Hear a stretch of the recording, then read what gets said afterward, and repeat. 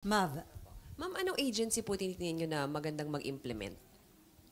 Parang DA ang sinulat ko.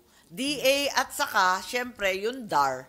Importante yung DAR kasi pwede nilang ikumpune yung agrarian reform beneficiaries. Importante yun eh. Kasi, kaya nga ako tatakbo muli eh, dahil bitin eh.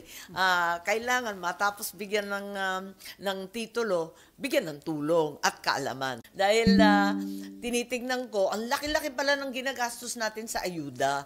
Ayoko, sa totoo lang, ayoko yung nakikitang pumipila yung mga tao, tapos nanlilimos halos, barya-barya ang binibigay. Ano ba naman, ayusin na natin yan, parang 4-piece. Maganda naman yung experience natin na kahit papano, nag-improve yung kalusugan dahil sa requirement ng bakuna, nag-improve yung nagtatapos sa elementary at saka high school.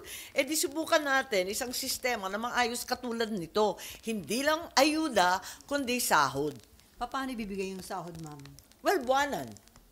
Exactly like sahod. Kasi wala naman silang opisina. Saan sila pupunta para kuhanin Kaya yung nga, sahod? ayan mga mechanics na gagawin na natin. Kung nabibigay yung ayuda na ratsyada at hindi alam ang listahan, ito pa kaya na may maayos na listahan, talagang binerify, kinonfirm. Palagay ko, kayang-kaya to.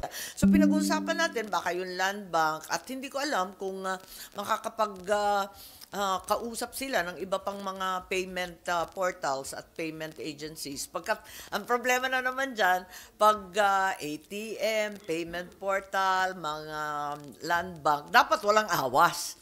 Yun ang problema. Kasi kahit 50 pesos, malaking bagay na yan eh.